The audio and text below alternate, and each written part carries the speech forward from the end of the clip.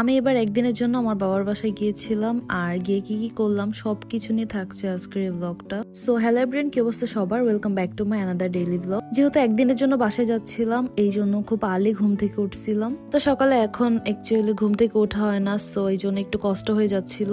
আমি ফ্রেশ হয়ে ঝটপট করে একটু রেডি হয়ে নিচ্ছিলাম যেহেতু সারাদিন থাকতে হবে। তো সকালে ওঠার ফলে দেখলাম যে ভালোই ঠান্ডা পড়ছে, সো এই জন্য একটু ভারী ড্রেস পরছিলাম। আর এই তো ফাইনালি আমি রেডি হয়ে গিয়েছিলাম। এটা ছিল আমার আজকের আউটফিট। নর্মালি আমরা গ্রামে যাওয়ার আগে কয়েকদিন আগে থেকে প্ল্যান থাকে যে গ্রামে যাবো, এই কয়েকদিন থাকবো, বাট আজকের প্ল্যানটা একদমই হঠাৎ হয়েছিল। বাসা থেকে বের হওয়ার পরে আমার এত ঘুম পাচ্ছিল, আমি মনে হচ্ছিল যে চোখ দিয়ে কিচ্ছু দেখতে পারতেছিলাম না। পরে একদম ঘুমাইছি, বড় একটা ঘুম দিছি। নর্মালি আমার গাড়িতে খুব একটা ঘুম হয় না, বাট আজকে বড় একটা ঘুম দিছিলাম। ঘুম দিয়ে উঠে দেখি যে বাড়ির কাছাকাছি চলে আসছি, মানে মাওয়ার রোডে চলে আসছি। মাওয়ার রোড থেকে আমাদের বাসা বেশি একটা দূরে না, সো খুব আর্লি বাসায় চলে গিয়েছিলাম। আর গিয়ে হচ্ছে আমার কিউটি পায়ের সাথে দেখা হয়ে গেছে। আমার বাকি দুইজনের হচ্ছে ক্লাস ছিল, তো ওরা ক্লাস করতেছিল আর ও বাসায় ছিল, সো ওর সাথে টাইম স্পেন্ড করতেছিলাম। আমার জামাইয়ের কি পরিমাণ সাহস দেখেন, আমাদের বাসায় গিয়ে সে হচ্ছে আমাকে তার পা টিপাচ্ছিল। আমাদের আজকে গিয়ে ব্রেকফাস্ট করার কথা ছিল, বাট আমাদের যেতে যেতে অনেক লেট হয়ে যায়, রাস্তায় অনেকটা প্রবলেম হয়, সো আমাদের যেতে যেতে 12টা বেজে যায়। নাস্তায় আমরা দুপুরে খাইছিলাম, দেন হচ্ছে রেস্ট নিতেছিলাম বাসায়। কিছুক্ষণ রেস্ট নেওয়ার পর আব্বু বললো যে ছাদে যাবে, ছাদে নাকি কি কি যেন গাছ লাগাইছে, তো ওগুলো দেখার জন্য যাচ্ছিলাম সবাই। আগের বার যখন বাসায় ছিলাম তখন আর ছাদে ওঠা হয় নাই। আমার ছাদে আড্ডা দিতে খুবই ভালো লাগে। আমি যখন আগে বাসায় ছিলাম তখন দেখা যেত একবার না একবার হলো একটু ছাদে উঠতাম। আমার মনে হয় এখান থেকে ভালো একটা রিফ্রেশমেন্ট নেওয়া যায়, তো এই জন্যই বারবার আমার ছাদে যেতে ইচ্ছে করে। এইভাবে আড্ডা দিতে দিতে দেখলাম যে আমার কাজিনরাও চলে আসছে, সো ওরা তো অনেক হ্যাপি আমাকে পেয়ে। দুপুরে খাওয়া দাওয়া শেষ করে আমরা হচ্ছে ওদের নিয়ে একটু ঘুরতে বের হচ্ছিলাম। আর আমার কাজিনরা আমার মতোই একদম ঘোরার জন্য পাগল। ওরা আর কি ঘোরার কথা শুনলে মাথা ঠিক থাকে না, মানে কখন ঘুরতে যাবে এগুলো নিয়ে এক্সাইটেড থাকে। যেহেতু আমরা একটু পরে ব্যাক করবো এই জন্য ওদের নিয়ে দূরে কোথাও যাচ্ছিলাম না, আশেপাশে একটু ঘুরতে যাচ্ছিলাম।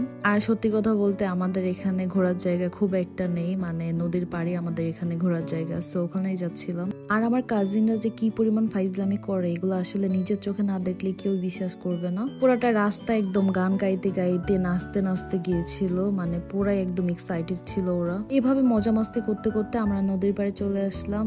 আর আসার পর দেখি ভালোই পানি আছে এখনো।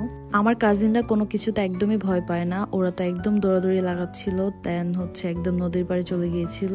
তারপর আমরা সবাই মিলে একসাথে বসে ভালো ভালো পিকচার ক্রিয়েট করতেছিলাম। যেখানে যাই না কেন পিকচার তো তুলতেই হবে, তাহলে তো আর এই মোমেন্ট গুলা পরে আর পাবো না।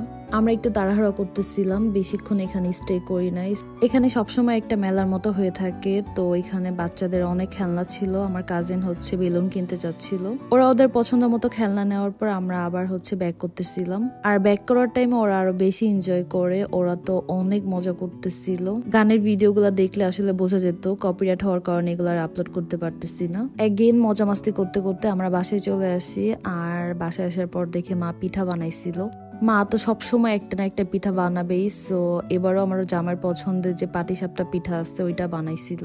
পিঠা সবকিছু খাওয়ার পর আমরা হচ্ছে ঢাকায় রওনা দিয়ে দিলাম আবার। আর ঢাকায় আসার পর আমরা চলে যাই একটু খিলগাঁওতে, আমাদের ওইখানে একটু কাজ ছিল, সো কাজ শেষ করে আমরা একটু পিৎজা খাওয়ার জন্য বসছিলাম। এখানে একটা নতুন পিৎজা পাওয়া যায় আর এটা টেস্ট নাকি অনেক ভালো, সো এটা আবার ট্রাই করতে আসছিলাম। এখানে আসার পর দেখে একটা কিউট বিড়াল, এত হেলদি ছিল, মানে আমার ভালোই লাগতেছিল এটাকে দেখে। পিৎজা অর্ডার দেওয়ার পর আমরা ওয়েট করতেছিলাম, যেহেতু অনেক রাশ ছিল এখানে, সো আমার ফ্রেন্ড হচ্ছে আমাকে বলতেছিল ফুচকা খাওয়াবে। পাশে একটা ফুচকার দোকান ছিল আর এখানকার এই ফুচকাটা নাকি অনেক মজা খেতে, সো আমাকে অফার করতেছিল যে এটা খাবো নাকি আমি। আর এই খাবারগুলো কি কখনো মিস করা যায়, আমাকে একবার বলার পরে আমি রাজি হয়ে গিয়েছিলাম। দেখলাম এখানে অনেক ধরনের টক ছিল, তো আমি একটা একটা করে ট্রাই করতেছিলাম। এরপরে গিয়ে দেখলাম যে আমাদের পিৎজাটা হয়ে গেছে। আর পিৎজাটা দেখার পর আসলেই ভালো লাগতেছিল, এত পরিমাণ চিজি ছিল, মানে অনেক চিজ ইউজ করছে এখানে, মানে দেখাই যাচ্ছে। আর আমার তো পার্সোনালি চিজ খুবই পছন্দের, সো আমার তো দেখে একদমই সহ্য হচ্ছিল না। আমার ফ্রেন্ডকে আমি বলতেছিলাম পিকচার নেওয়ার কোনো দরকার নেই, চলো খাওয়া স্টার্ট করে দিই। পিৎজাটা দেখতে যেমন ছিল খেতেও অনেক ভালো ছিল টেস্ট। কয়েকদিন আগে এখান থেকে আমার জামাই পিৎজা নিয়ে গিয়েছিল, বাট ওইটা অনেক ঠান্ডা হয়ে গেছিল, এই জন্য টেস্ট তেমন একটা বুঝতে পারি নাই। আজকে গরম গরম খাওয়ার পর এটার টেস্ট আসলে বোঝা গেছে। খাওয়া দাওয়া শেষ করে আমরা আরো কিছুক্ষণ গল্প করি, দেন হচ্ছে বাসায় ব্যাক করি। আজকে লং টাইম একটা জার্নি ছিল আমার। একদম সকাল থেকে রাত পর্যন্ত আজকে ঘোরাফেরা করছি, সো একদমই টায়ার্ড আমি। সবার কাছে আজকের ব্লগটা আমার কেমন লাগছে, আর যদি ভালো লেগে থাকে তাহলে please like, comment and share দিয়ে আমার পাশে থাকবা।